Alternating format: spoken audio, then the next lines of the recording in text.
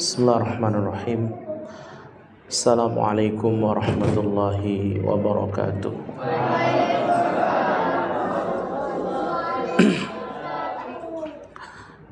Innal hamdalillah nahmaduhu wa nasta'inuhu wa nastaghfiruh wa na'udzu billahi min shururi anfusina wa min sayyiati a'malina. May yahdihillahu fala mudilla lahu wa may yudlil falan tajida lahu waliyyan mursyida.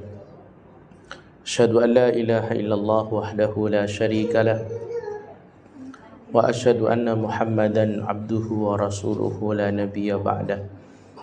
Allahumma salli ala sayyidina wa habibina wa qurrati a'yunina Muhammadin wa ala alihi wa sahbihi ajma'in. Allahumma arzuqna fahman nabiyyin wa hifdzal mursalin wa ilhamal malaikatil muqarrabin birahmatika ya arhamar rahimin.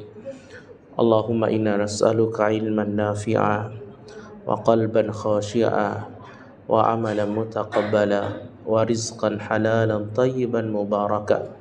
Rabbana zidna ilma warzuqna fahma. Allahumma a'inna ala dzikrika wa syukrika wa husni ibadatik. Allahumma inna nas'aluka husnal khatimah wa na'udzu bika min su'il khatimah. Taqabbal minna ya karim. Alhamdulillahi rabbil alamin. Bapak Ibu jamaah salat maghrib Masjid Al-Muttaqin yang dimuliakan Allah Subhanahu wa taala. Tentu kita bersyukur kepada Allah karena Allah masih memberikan kita nikmat yang sangat luar biasa. Allah izinkan kita untuk hadir melaksanakan salat maghrib berjamaah. Allah izinkan kita untuk melanjutkan dengan iktikaf sambil mendengarkan nasihat-nasihat yang mudah-mudahan menjadi perantara hidayah di dalam hati kita. Kita bersyukur juga karena kita dipilih oleh Allah Subhanahu wa taala menjadi bagian dari umat Rasulullah sallallahu alaihi wasallam sampai hari ini. Bapak Ibu dirahmati Allah, menjadi umat Muhammad itu nikmat yang luar biasa. Nikmat besar yang Allah berikan kepada kita yang tidak diberikan kepada orang-orang sebelum umat ini. Karena nikmat menjadi umat Rasulullah ini nikmat yang luar biasa besar. Bahkan saking dari besarnya, dulu nikmat ini sempat diiri bahkan oleh baginda Nabiullah Adam alaihissalam.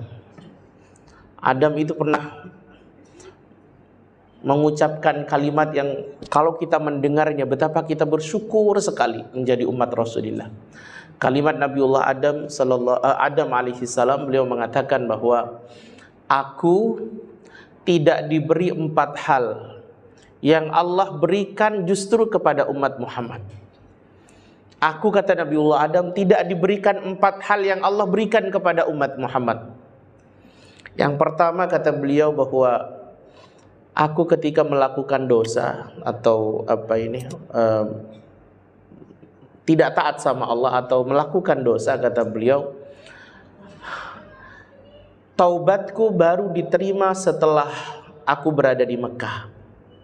Jadi beliau setelah memakan buah yang dilarang itu, kemudian akhirnya Allah menurunkan beliau ke bumi.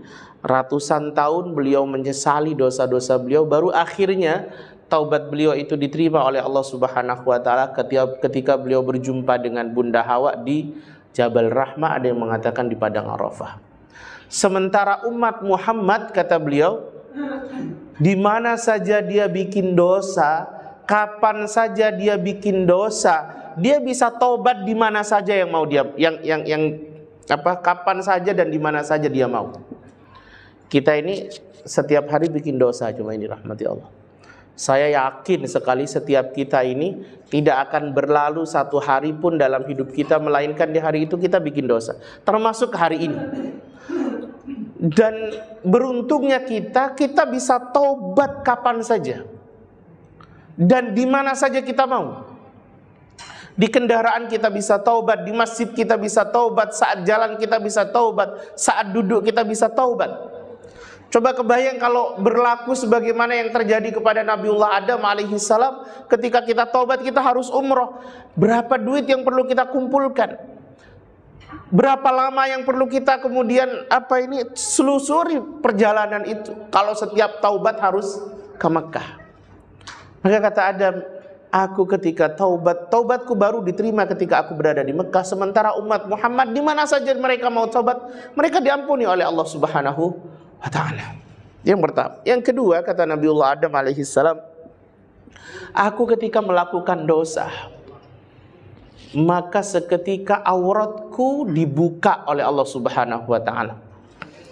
Kita tahu bahwa saat beliau memakan buah yang dilarang itu, jemaah yang dirahmati Allah, itu kemudian Allah seketika langsung membuka aurat beliau. Bahasa kasarnya itu, mohon maaf, ditelanjangi beliau, dibuka aurat. Sampai akhirnya kemudian beliau malu kepada Allah Subhanahu wa ta'ala. Akhirnya kemudian beliau lari sekenceng-kencengnya. Sambil lari itu karena beliau tinggi, jadi tingginya Nabiullah Adam itu kisaran 30 meter. Sehingga kemudian sambil berlari itu beliau sambil ngambil dedaunan di Mekah itu untuk nutupi badan beliau itu. Kan kalau kita masih perlu naik, Pak. Kalau Nabiullah Adam tinggal ngambil. Cuma menariknya kata beliau, sementara umat Muhammad mereka bikin dosa di mana saja, kapan saja, bahkan dalam kondisi telanjang pun Allah tidak buka aibnya, Allah tidak buka auratnya. Coba kebayang, Mbak, kita bikin dosa langsung dibuka auratnya. Kayak ini nikmat yang luar biasa. Bahkan dalam kondisi, mohon maaf, berzina pun Allah masih kasih baju, Allah masih tutup auratnya. Allah itu, jemaah yang dirahmati Allah, punya sifat sattar namanya. Apa itu sattar? Halo, sattar apa, Pak? Sitrul aurah namanya apa? Menutup. Sattar itu menutup. Terutama nutup aib kita nih. Ini saya, kalau aib saya ini dibuka sama Allah, Bapak saya yakin nggak mungkin datang ke tempat ini. Nggak mungkin mau dengerin saya. Kita ini kan masih berharga, masih dihargai di hadapan manusia, karena orang di sekitar kita kadang nggak tahu aib kita. Allah menutup aib kita itu. Bahkan walaupun kita punya banyak dosa, Allah tutup. Bahkan kata para sahabat, Allah itu kalau melihat hambanya bikin dosa baru sekali, itu Allah masih sattar, Allah masih tutup dosa dia, Allah masih tutup aibnya. Allah kasih kesempatan dia untuk taubat dulu, Allah kasih peringatan kepada dia untuk bertobat dulu, kasih kesempatan untuk dia datang kepada Allah dan bertobat. Tapi kalau sudah berkali-kali diperingati tapi dia tidak peka, maka Allah buka aibnya. Ketika Allah buka aibnya, maka kemudian aib itu menyebar seperti bahasa kita hari ini, viral, Pak. Maka para ulama mengatakan bahwa kalau ada orang aibnya dibuka, korupsi katakanlah, atau selingkuh katakanlah, kemudian dibuka oleh Allah Subhanahu wa ta'ala, maka saksikanlah bahwa itu bukan yang pertama kali. Bahwa itu bukan yang pertama kali. Jadi kalau ada orang korupsi kena KPK, Pak, kemudian dia bilang saya khilaf ini, saya yang pertama, bohong itu, bohong itu. Atau kemudian ada suami atau istri selingkuh, kemudian ketahuan sama banyak orang, tiba-tiba tersebar beritanya kemana-mana, saksikanlah bahwa itu bukan yang pertama. Itu sudah kesekian kalinya dia melakukan itu, maka kemudian Allah buka aibnya. Kalau Bapak ada maling gitu, tiba-tiba dia nyuri motor, pas nyuri motor di tempat Bapak ketahuan, itu bukan pertama kali. Kalau dia bilang, mohon maaf ini pertama kali saya, langsung apa saya? Bohong itu pasti. Karena kalau pertama kali, Allah itu punya sifat sattar, Allah menutup aib. Tapi menariknya kata Adam, aku pertama bikin dosa langsung ditelanjangi sama Allah Subhanahu wa ta'ala. Sementara umat Muhammad, mereka bikin dosa kapan saja, di mana saja, Allah masih tutup aibnya, Allah masih tutup auratnya. Ini kan kita ini semua pendosa. Pendosa kan Pak? Pendosa apa enggak? Kita ini pendosa. Tapi Allah tutup aib kita semua. Allah tutup aib kita semua. Yang kedua, yang ketiga, jemaah yang dirahmati Allah, kata baginda Nabiullah Adam alaihissalam, aku ketika bikin dosa, aku dipisahkan dari istriku sepanjang 200 tahun lamanya. Jadi bikin dosa, diturunkan ke bumi, langsung dipisah. Adam waktu itu diturunkan di India, kemudian Bunda Hawa diturunkan di Jeddah. Ya, diturunkan di Jeddah. Maka kenapa kota Jeddah itu dikasih nama Jeddah? Itu karena dari kalimat Jiddah. Bapak tahu apa artinya Jeddah? Nenek. Nenek kita berasal dari sana. Diturunkan di tempat itu. Bahkan sampai hari ini konon katanya makbarah Bunda Hawa itu masih di sana. Jadi kalau Bapak umroh itu biasanya perjalanan terakhir nanti di Jeddah itu, kalau enggak Bapak diperlihatkan ke Masjid Qisas, namanya ada Masjid Qisas. Di situ itu masjid tempatnya orang dikisos. Orang dikisos, jadi ada orang mencuri dikisos di situ, dipotong tangannya. Orang membunuh dipenggal di situ. Itu namanya Masjid Qisas. Tidak jauh dari Masjid Qisas itu ada makbarahnya Bunda Hawa. Maka itu kota itu disebut dengan kota Jeddah. Jadi dari India ke Jeddah.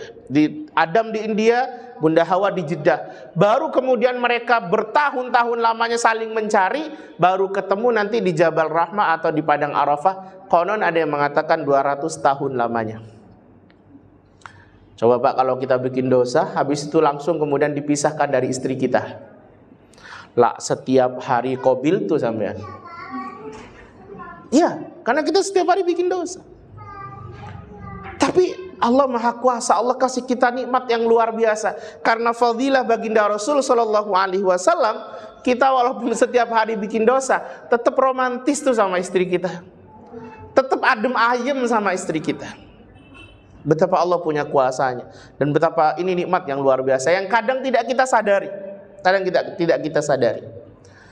Kemudian yang terakhir kata baginda Nabiullah Adam alaihissalam, aku ketika bikin dosa, aku langsung dikeluarkan dari surga. Sementara umat Muhammad itu kalau mereka bikin dosa dan mereka bertaubat, Allah justru masukkan mereka ke dalam surganya Allah Subhanahu wa ta'ala. Ini yang mau saya bahas dengan Bapak Ibu sekalian tentang taubat.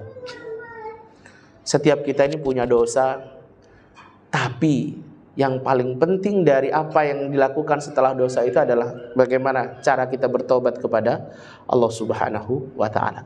Karena kata Nabiullah Adam alaihissalam, anak Adam itu, umat Muhammad itu, mereka bikin dosa di mana saja, kapan saja, asal kemudian mereka bertobat kepada Allah, justru Allah masukkan dia ke dalam surganya Allah Subhanahu wa ta'ala. Betapa beruntung kita menjadi umat Rasulullah. Bahkan itu Nabiullah Adam, Nabiullah Musa alaihissalam pun juga iri dengan umat Muhammad. Pada suatu waktu saat peristiwa Mi'rajnya Nabiullah Muhammad sallallahu alaihi wasallam ke Sidratul Muntaha, kemudian beliau di langit yang ke-6 berjumpa dengan baginda Nabiullah Musa alaihissalam. Rasul itu kemudian mengucapkan salam kepada Nabiullah Musa dan Nabiullah Musa menjawab salam beliau. Kemudian keduanya saling mendoakan dan saling bercengkerama. Yang menarik adalah ketika baginda Nabiullah Muhammad sallallahu alaihi wasallam itu hendak meneruskan perjalanan ke langit ke-7, tiba-tiba Musa menangis. Kemudian baginda Rasul bertanya, "Ma yubkika ya Musa? Apa yang membuat engkau menangis wahai Musa?" Kemudian kata Nabiullah Musa alaihissalam, aku menangis karena ada seorang laki-laki setelah aku diutus. Rijalun atau gulamun bu'itha min ba'di. Ada seorang laki-laki yang diutus setelahku. Umatnya yang masuk surga jauh lebih banyak dibandingkan umatku, kata Nabiullah Musa alaihissalam. Jadi umatnya yang masuk surga itu jauh lebih banyak dibandingkan umatku yang masuk surga. Padahal kalau antum membaca sirah dari Bani Israel, sirah dari umatnya baginda Nabiullah Musa, ketika Nabiullah Musa pegang, itu syariat yang mereka amalkan berat sekali. Lebih berat dibanding kita, Pak.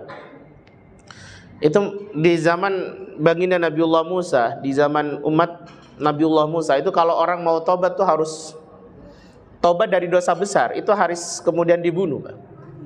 Bahkan kalau kita hari ini ada najis di baju kita tinggal cuci. Dulu kalau najis itu sudah gak boleh dipakai. Jadi kalau najis ya harus dipotong bajunya, gak boleh dipakai. Tapi ternyata kata Nabiullah Musa, justru yang masuk surga itu banyakkan umatnya Muhammad. Banyakkan umatnya Muhammad. Itu luar biasanya. Bahkan baginda Rasul mengatakan, ana atibabal jannah yaumal qiyamah. Kelak akulah orang yang pertama akan mengetuk pintu surga di hari kiamat. Jadi orang yang pertama akan ngetuk pintu surga itu adalah baginda Rasul. Fa astaftihu. Kemudian aku minta untuk bisa masuk ke dalam. Faqala al-khazin, kemudian penjaga surga itu mengatakan, man ant? Siapa kamu? Kemudian aku menjawab, kata baginda Rasul, ana Muhammad, saya Muhammad. Maka penjaga pintu surga itu mengatakan, umirtu, aku diperintah oleh Allah untuk tidak memasukkan siapapun ke surga sebelum engkau masuk, wahai Muhammad. Jadi baginda Rasul adalah orang pertama yang akan masuk surga, tapi orang yang terakhir yang akan menikmati surga. Karena beliau perlu memastikan umatnya masuk surga dulu semua, baru beliau akan bersama-sama bersama kita, cuma yang dirahmati Allah Subhanahu wa taala. Pertemuan kita dengan baginda Rasul nanti di Haud, tahu Haud? Di Telaga Kautsar. Yang makanya kalau saya sering sampaikan, kalau kita rindu dengan baginda Rasul, bacalah surat Al-Kautsar. Inna a'tayna kal kautsar. Karena pertemuan kita dengan beliau nanti di Haud, di Telaga Kautsar.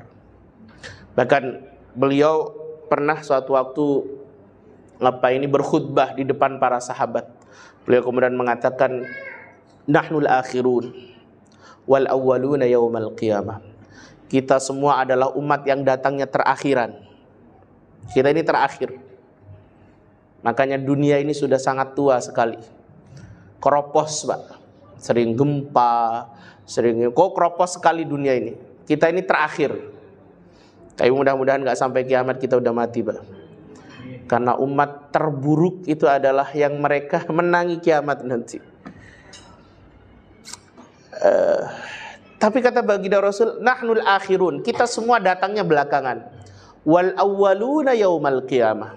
Tapi kita adalah orang yang nanti paling depan di hari kiamat. Wal awwaluna may yadkhulul jannah.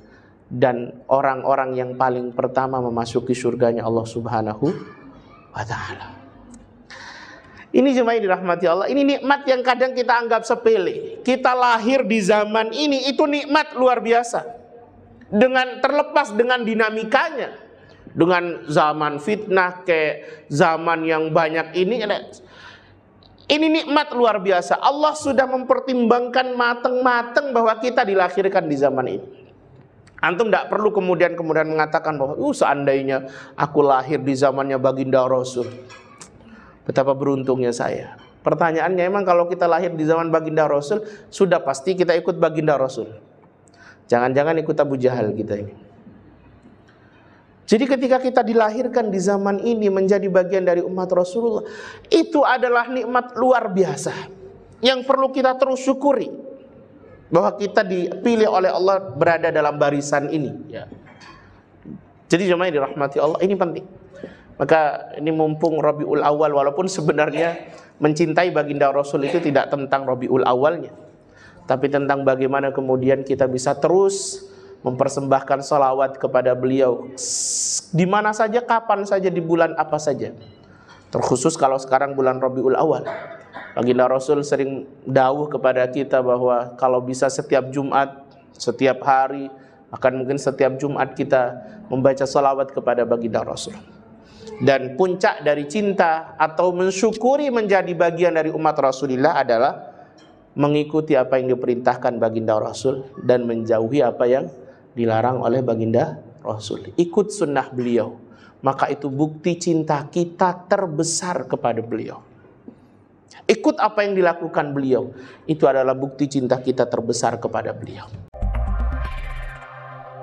Kata baginda Nabiullah Adam, aku ketika melakukan dosa, aku langsung kemudian diusir dari surga, dikeluarkan dari surga. Sementara umat Muhammad ketika dia melakukan dosa, bahkan berhari-hari, berminggu-minggu, tahunan dia melakukan dosa, tapi kemudian dia bertaubat kepada Allah, justru dia dimasukkan ke dalam surganya Allah Subhanahu wa ta'ala.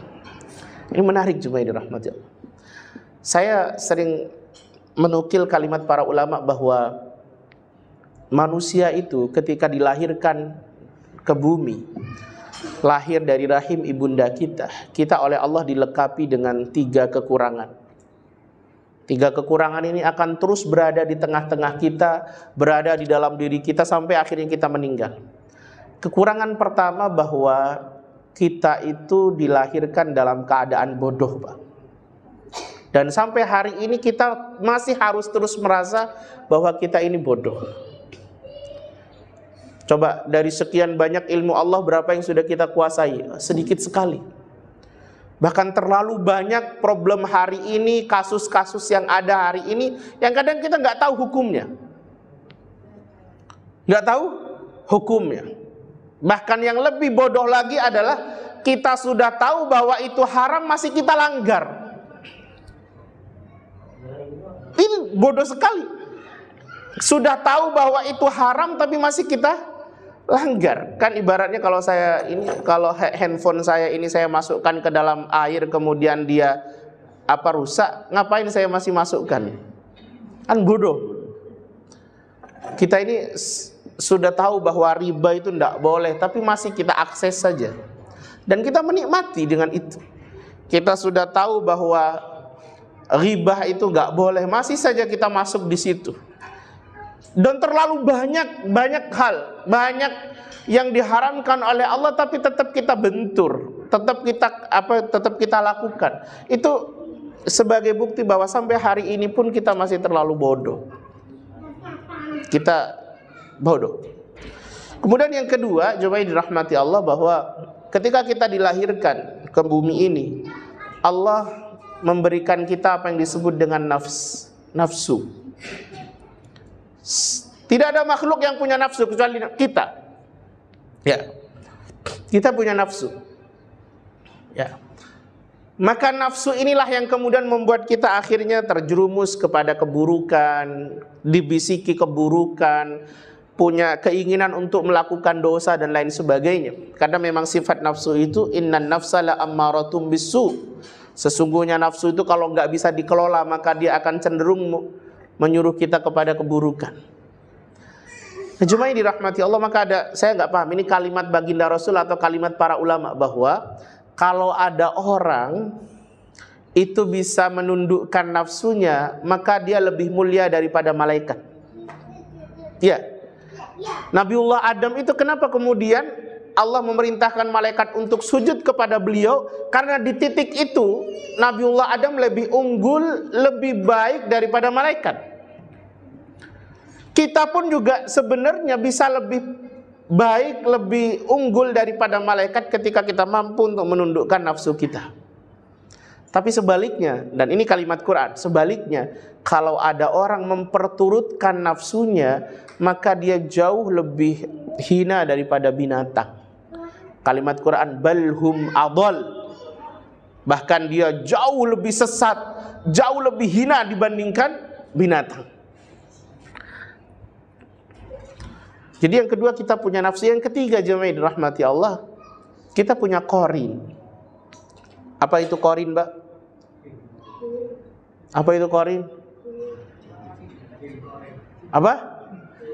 Jin? Jin siapa? Qarin itu kata para ulama dia adalah jin dari bangsa setan yang diizinkan oleh Allah untuk kemudian membersamai kita sejak kita lahir dan mengarahkan kita kepada keburukan. Ingat kalimatnya, diizinkan. Memang Allah setting begitu. Jadi qarin ini diizinkan oleh Allah untuk membersamai kita sejak kita lahir sampai kita meninggal. Tugasnya adalah menggiring kita kepada keburukan. Saya sering memberikan contoh gampang saja. Kalau kita bangun subuh-subuh itu seperti ada bisikan, azannya masih lama, tidur lagi, yaitu korin itu, Pak. Azannya masih iqomahnya masih 10 menit, tidur lagi sampai pada akhirnya kebablasan, yaitu korin. Itu korin yang kita terjemahkan dengan bahasa kita sendiri, tapi hakikatnya itu adalah bisikan korin yang selalu berada di. Kadang kita kalau nemu sesuatu gitu, ini diambil atau tidak, ambil saja, jangan. Nah itu korin kita sedang berperang dengan iman kita tuh. Maka karena ada 3 kekurangan ini, 1 bodoh, yang kedua punya nafsu, yang ketiga bersamai sama korin, maka sampai kapanpun kita tidak akan pernah bisa menjadi manusia sempurna. Sampai kapanpun kita pasti bikin dosa. Tidak ada manusia itu yang kemudian bersih dari dosa, tidak ada. Tidak ada. Mau sampean cari di penjuru dunia manapun, sampai tidak akan pernah menemukan manusia yang betul-betul bersih dari dosa. Tidak bakalan. Sampai kalau kemudian kita membahas kisah tentang baginda Rasul atau para nabi secara umum, para nabi dan Rasul itu, Bapak Ibu dirahmati Allah, mereka itu maksum, tapi maksum dari dosa besar, tidak maksum dari kesalahan kecil. Jadi Nabi itu maksum, dia dijaga betul sama Allah Subhanahu wa Ta'ala, tapi dari dosa besar. Tapi dari dosa kecil atau kesalahan kecil, mereka tidak maksum. Kenapa saya sampaikan seperti itu? Karena banyak para nabi juga pernah melakukan kesalahan. Salah satunya adalah kalau kita mengkaji kisah baginda Rasul Shallallahu Alaihi Wasallam, kita menemukan beberapa kali baginda Rasul itu ditegur sama Allah Subhanahu Wa Taala, dan itu diabadikan di dalam Quran.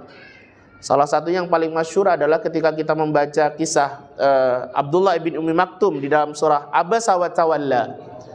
Itu kan kemudian Abdullah bin Ummi Maktum datang kepada baginda Rasul. Waktu itu baginda Rasul sedang melakukan dakwah kepada pemuka-pemuka Quraisy, para pembesar-pembesar kafir Quraisy. Ketika Abdullah bin Ummi Maktum datang kepada baginda Rasul untuk berdiskusi dan bertanya, tiba-tiba baginda Rasul mengatakan abasa wa tawalla. Baginda Rasul mencueki. Karena baginda Rasul menganggap bahwa orang-orang yang pemuka Quraisy ini jauh lebih penting. Kemudian Allah Subhanahu wa Ta'ala tegur dengan kalimat abasa wa tawalla. Anja'ahul a'ma, terus begitu. Jadi beliau pernah berinisiatif salah, maka langsung ditegur. Termasuk ketika baginda Rasul Shallallahu Alaihi Wasallam kemudian memutuskan untuk mengharamkan madu kepada diri beliau sendiri. Dalam surah At-Tahrim, ya ayyuhan nabiyyu lima tuharrimu ma ahallallahu lak. Wahai nabi, kenapa engkau, bahasa kita, kenapa engkau sampai tega mengharamkan sesuatu yang sudah aku halalkan, kata Allah. Tabtaghi mardata azwajik, hanya gara-gara pengen istrimu senang. Iya. Jadi Nabi pernah ditegur sama Allah Subhanahu wa Ta'ala gara-gara beliau harus mengharamkan madu karena ada kasus kecemburuan istri beliau. Jadi agar istrinya tidak cemburu lagi dan senang, kemudian baginda Rasul mengatakan, setelah ini aku tidak akan memakan madu atau minum madu. Jadi jemaah dirahmati Allah, jadi manusia itu memang pada akhirnya akan terus dilekati dengan kesalahan-kesalahan. Pertanyaan saya, kira-kira Allah tahu nggak kalau kita itu kalau diciptakan bakal bikin dosa? Hah? Masa tahu, Bu? Kalau Allah tahu, ngapain Allah ciptain kita? Nah, kalau Allah tahu bahwa kalau kita diciptakan akan banyak bikin dosa, akan mengecewakan Allah Subhanahu wa Ta'ala, kenapa kita terus masih diciptakan? Kenapa, Pak? Allah tahu. Jangankan Allah, malaikat aja tahu kok. Malaikat itu kan bilang kepada Allah Subhanahu wa Ta'ala ketika Allah memberikan informasi, wa idh qala rabbuka lil malaikati inni ja'ilun fil ardi khalifah, dan Ingatlah ketika Allah memberikan informasi kepada malaikat bahwa aku akan menciptakan khalifah di bumi. Kemudian mereka langsung berikan respon, qalu ataj'alu fiha may yufsidu fiha wa yasfikud dima. Duhai Allah, apakah engkau akan menciptakan makhluk yang taunya hanya bikin rusak dan menumpahkan darah? Malaikat tuh memframing kita, memberikan gambaran, memvisualisasikan kita itu dua. Satu bikin rusak, dua menumpahkan darah. Itu malaikat tahu, apalagi Allah Subhanahu wa ta'ala. Allah tahu betul bahwa kalau kita ini diciptakan, saya ini diciptakan nanti di umur sekian dia akan bikin dosa ini, di hari ini Allah detail tahu semuanya. Pertanyaan saya, kenapa Allah masih tetap ciptain kalau kita akan mengecewakan Allah Subhanahu wa ta'ala? Kan sampean kalau tahu bahwa anak sampean nanti akan jadi anak yang durhaka, itu mikir sampean, kira-kira mau saya lahirkan atau enggak iki? Iya kan? Allah tuh tahu betul. Coba kalau sampean dikasih pengetahuan bahwa nanti anak kita ini kalau lahir besarnya itu akan sering mukul kita, akan ngecewakan kita, akan kemudian durhaka sama kita. Habis itu sama Allah dikasih multiple choice, bahwa kamu lahirkan atau kamu tidak lahirkan. Kira-kira pilih mana? Tak lahirin ya Allah, jangan ya. Tapi menariknya Allah Subhanahu wa ta'ala tahu betul kita mau bikin dosa, tapi Allah kasih. Allah tetap ciptain kita tuh. Itu pemabuk itu, pemain judi itu, pezina itu, orang yang mencuri itu. Allah tahu bahwa mereka akan melakukan itu. Tapi kenapa masih Allah kasih kehidupan? Tetap Allah hidupkan dia, Allah ciptain dia, Allah keluarkan dari perut ibunya. Bahkan Allah kasih makan dia. Jamaah yang dirahmati Allah. Karena memang Allah itu menciptakan kita tidak dalam rangka untuk menjadi manusia sempurna. Kalau Allah menciptakan kita agar kita menjadi manusia yang tanpa dosa, gak perlu kita, malaikat cukup. Malaikat itu sifatnya la ya'sunallaha ma amarahum wa yaf'aluna ma yu'marun. Bahwa mereka tidak akan pernah bikin maksiat kepada Allah dan mereka akan melaksanakan perintah Allah Subhanahu wa ta'ala. Jadi malaikat tuh nyenengin terus. Itu adalah makhluk yang paling membuat Allah senang. Tetapi ternyata ada makhluk lain yang kalau kemudian makhluk ini diciptakan, justru Allah lebih senang. Siapa itu? Manusia. Ya kita ini, Pak. Pendosa kita ini. Kenapa? Allah itu ciptain kita walaupun Allah tahu bahwa kita bikin dosa, karena Allah ingin tahu siapa di antara kita ini yang kalau terjerumus pada dosa, dia tahu cara kembali kepada Allah Subhanahu wa ta'ala. Karena itu momentum yang paling membuat Allah senang adalah ketika Allah melihat hambanya sedang bertaubat kepada Allah Subhanahu wa ta'ala. Maka kalimat baginda Rasul menarik, kata baginda Rasul, walillahi afrah. Dan Allah itu sangat bahagia, sangat senang sekali. Kalimatnya pakai kalimat afrah. Afrah itu adalah ismu tafdil dari kata farah. Farah itu artinya senang, tapi afrah itu lebih senang, paling bahagia. Kapan itu? Bitaubati abdihi hina yatubu ilaih. Ketika hambanya itu melakukan dosa, kemudian dia bertaubat kepada Allah Subhanahu wa ta'ala, datang kepada Allah, ngakui kalau dia bersalah. Lantas kemudian baginda Rasul membuat satu gambaran bagaimana bahagianya Allah itu ketika melihat hambanya bertaubat. Kata baginda Rasul, itu seperti seseorang yang sedang melakukan perjalanan jauh di padang pasir, kemudian dia memakai hewan tunggangan berupa unta. Di punggung untanya itu kemudian diletakkan perbekalan dia selama perjalanan itu. Ketika dia sudah berjalan sekian jauh, tiba-tiba untanya hilang, Pak. Maka dia mencari pertolongan kemana-mana, tidak ada orang. Dicari untanya kemana-mana, tidak ketemu. Saat itu dia berada pada titik sudah putus asa bahwa dia hanya menunggu kematiannya. Karena semua perbekalan ada di situ. Sementara dia berada di padang pasir yang luas luar biasa. Maka di tengah dia berada pada titik keputusasaan itu, dia kemudian bersender menemukan batang pohon, kemudian dia bersender di situ dan tertidur. Saat dia terbangun, jemaah yang dirahmati Allah, dia melihat untanya ada di sampingnya. Maka dia senang luar biasa.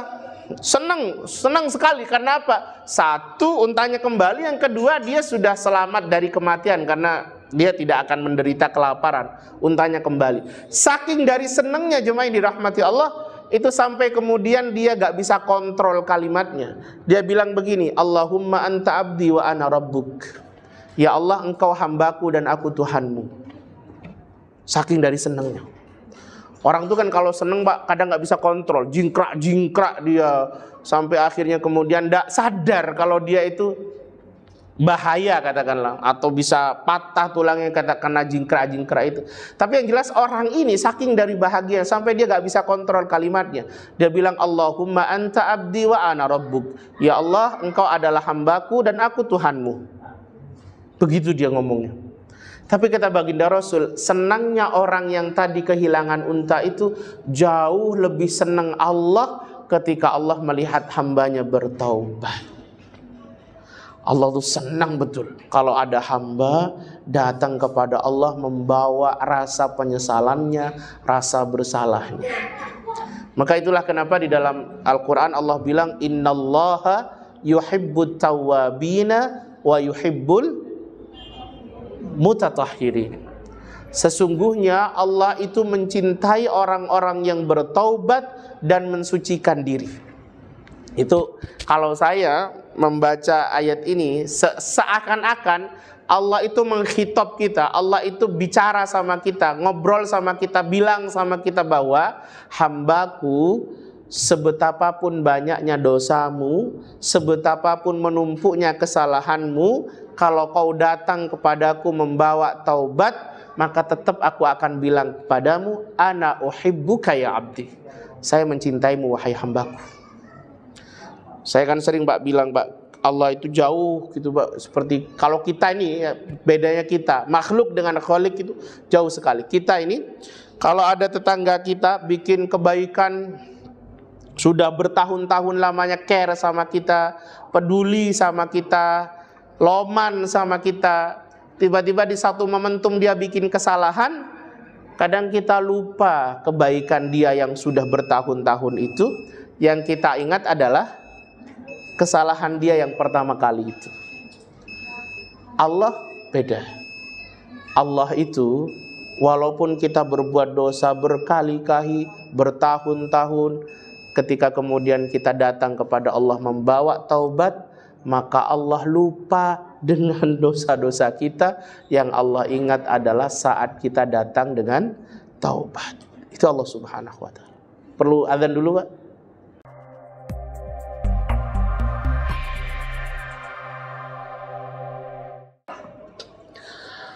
Semua ini rahmati Allah Subhanahu wa ta'ala. Itulah kenapa para ulama sirah mengatakan bahwa Nabiullah Adam dengan iblis itu punya banyak persamaan. Ya, Adam dengan iblis itu punya banyak persamaan. Pertama bahwa Adam itu dengan iblis sama-sama pernah merasakan surga. Dua-duanya sama-sama pernah merasakan surga. Iblis itu dulu penghuni surga. Begitu juga Adam juga penghuni surga. Kemudian yang kedua, Adam dan iblis itu juga sama-sama pernah melakukan dosa di surga. Ya. Di atas langit mereka sama-sama pernah melakukan dosa. Iblis melakukan dosa karena tidak taat sama Allah. Adam juga melakukan dosa karena tidak taat sama Allah. Tidak taatnya iblis adalah dia nggak mau untuk sujud kepada Adam. Tidak taatnya Adam dia memakan buah yang dilarang. Jadi dua-duanya sama. Kemudian yang ketiga, jemaah yang dirahmati Allah Subhanahu wa ta'ala, dua-duanya sama-sama dikeluarkan. Alumni surga, dua-duanya sama-sama alumni surga. Mantan penghuni surga. Tetapi yang membedakan sekian banyak persamaan ini, ternyata yang membedakan cuma satu. Dan ini menjadi guidance kita dalam hidup ini, petunjuk kita dalam hidup ini. Bahwa iblis ketika diturunkan, dia nggak ridho. Dia bahkan kemudian tidak merasa bersalah, tidak merasa berdosa, tidak mau tobat. Bahkan dia ngancam, bahasa kita, bahkan dia ngancam untuk kemudian menggoda semua anak manusia agar bersama dia di neraka kelak. Sementara Adam ketika kemudian dia diturunkan ke bumi, dikeluarkan dari surga, dia melakukan satu hal yang kelak akan mengembalikan dia ke surga. Dia taubat pada Allah Subhanahu wa ta'ala. Dia merasa bersalah, dia merasa berdosa. Dia cantumkan kalimat rasa bersalah itu dalam doa beliau, Rabbana zalamna anfusana wa illam taghfir lana wa tarhamna lanakunanna minal khasirin. Jadi ini penting jemaah yang dirahmati Allah. Kita memang pendosa. Kita memang pendosa yang tidak akan mungkin bersih dari dosa. Tetapi yang paling penting adalah seberapa ingin kita untuk terus merasa bersalah kepada Allah dan butuh taubat, butuh ampunan Allah Subhanahu wa ta'ala. Itu yang paling penting. Maka punya rasa bersalah itu nikmat yang luar biasa. Punya rasa bersalah. Bapak kemudian terjerumus kepada dosa, tiba-tiba hatinya punya rasa bersalah. Itu luar biasa nikmat. Itu nikmat dari Allah Subhanahu wa ta'ala. Maka saya selalu bilang bahwa penyesalan itu selalu ada di belakang. Katakanlah begitu kan ya. Saya bilang ada penyesalan yang itu rizki dari Allah Subhanahu wa ta'ala. Menyesal ketika bikin dosa, itu luar biasa, itu nikmat dari Allah Subhanahu wa ta'ala.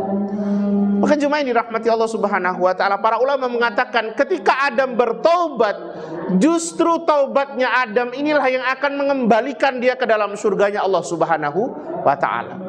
Maka ada yang mengatakan kalimat begini, surga itu kelak menjadi tempatnya mantan pendosa. Jadi nanti yang menempati surga itu adalah mantan-mantan pendosa yang bertobat kepada Allah Subhanahu wa ta'ala. Sementara yang menempati neraka adalah orang-orang sombong, sebagaimana iblis juga sombong. Jadi ini penting bagi kita semua, karena Allah Subhanahu wa ta'ala itu cinta betul kepada orang yang bertobat. Maka saya sering bilang begini, entah saya pernah sampaikan di sini atau enggak, duluan mana orang yang banyak pahalanya dengan enggak punya dosa masuk surga? Ayo jawab Pak, jawab. Enggak ngarang aja enggak apa-apa. Duluan mana masuk surga orang yang banyak pahalanya atau orang enggak punya dosa dengan orang banyak pahalanya? Duluan mana? Lebih cepat mana? Lebih terjamin mana? Orang banyak? Orang banyak? Orang banyak pahalanya. Lebih terjamin orang banyak pahalanya. Lebih terjamin orang nggak punya dosa, Pak. Jadi orang nggak punya dosa itu lebih terjamin masuk surganya dibandingkan orang banyak pahalanya. Dalilnya mana? Mudah saja.